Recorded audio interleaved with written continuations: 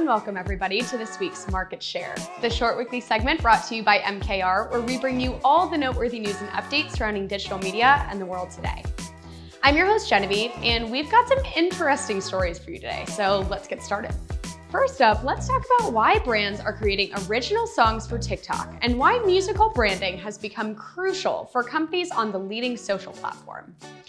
Songs and jingles have always been important to brands, especially when they got to work with mainstream musical artists that can get them more eyes and ears. Since TikTok is so sound-based, brands have the opportunity to really lean into new musical opportunities. And they have creators who want to help them. So instead of a regular old song or jingle, marketers are actually working to create music with the TikTok format in mind. For example, McDonald's teamed up with a rapper-producer to create an original beat that sounds like what Sprite tastes like. Pizza Hut partnered with John Moss to create a theme song for the Detroit-style pizza, and Trident launched a song with gum chewing as part of the beat.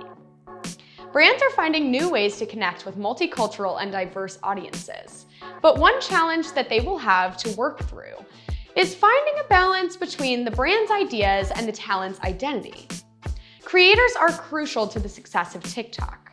They have experience, they bring in an organic audience, so brands need to trust their voice, but then also make sure to step in when things are getting too far away from the brand. So make sure to set expectations around content, lyrics, and brand safety at the beginning of the creative process, and then let the creators work their magic to bring the idea to life. Next up, let's talk about a new Subway-based campaign from the New York Times game division. They've recently started a new digital out-of-home campaign on subway trains and platforms as more and more people are getting back out into the world for special events, sports games, and yes, work. The campaign features QR codes that take players to the daily spelling bee, along with giving hints and tips to solve the puzzle. For every person that shares their genius or queen bee status using #BeeTime and tagging NYT Games, the company will donate somewhere between $1,000 and $500,000 to First Book, a company who distributes educational resources to those in need. With an influx of New Yorkers getting back to commuting to work outside of the 5 steps from the bed to the desk, New York Times Games are able to meet people where they are and gain their engagement on the platform.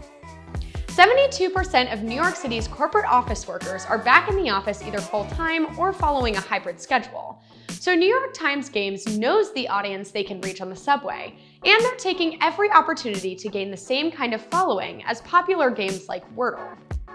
This is a great example of smart thinking using the target audience, figuring out where and when they have the time to engage, and then finding ways to keep them engaged over a longer period. Third up today, let's talk about the new media kit that Instagram is developing to help creators showcase their value to brands. Obviously, creators are a huge focus for Instagram because they're what keep the platform alive. With revenue share and creator funding options already under development, Instagram is working towards providing more value to creators in terms of potential promotional partnerships. In this new media kit feature, you can describe the work that you do, choose your favorite posts to display, show other people and brands that you've worked with, and then show off your insights and just how much engagement you're really getting. This will truly guide creators through a step-by-step process towards being able to increase interest in their work and partner with more brands. This feature will be very similar to Meta's Creator Marketplace platform, which already does most of the work for creators. But on the Instagram version, creators will have more of a voice in what is shown and what isn't. With similar tools from YouTube and Meta, these companies are hoping that creators will come to their senses as they realize that they can't earn nearly as much on TikTok, regardless of their following and popularity. We'll just have to wait and see if creators find this media kit as enticing as the fame and lower fortune offered on TikTok.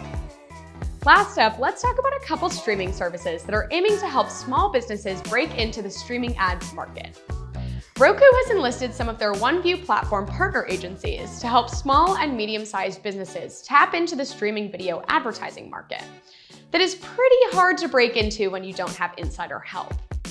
As cookies and mobile IDs become less and less available, every marketer is looking for new ways to continue offering personalized experiences to consumers.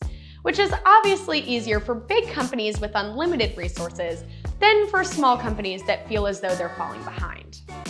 The streaming advertising business is hot right now, especially with Netflix preparing to launch streaming ads this year. But Roku's streaming business has slowed recently, which is why they're trying to find new ways to engage different types of marketers. TV streaming is a place where SMB marketers can get personalization and performance metrics to see if campaigns are working, which is why 47% of SMB leaders said they intend to increase marketing spending in the TV streaming channel over the next year.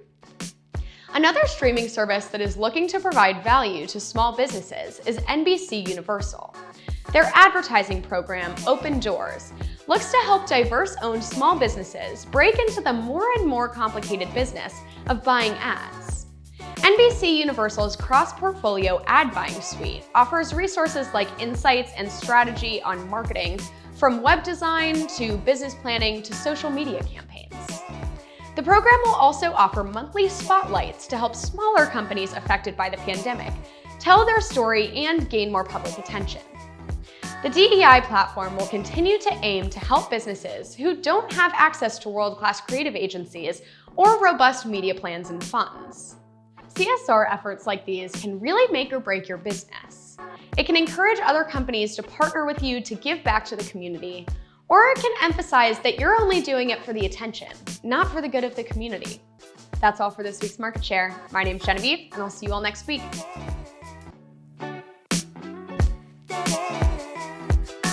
With similar tools for, How's it going? Time for me. I'm just in time. I love it. It makes me happy.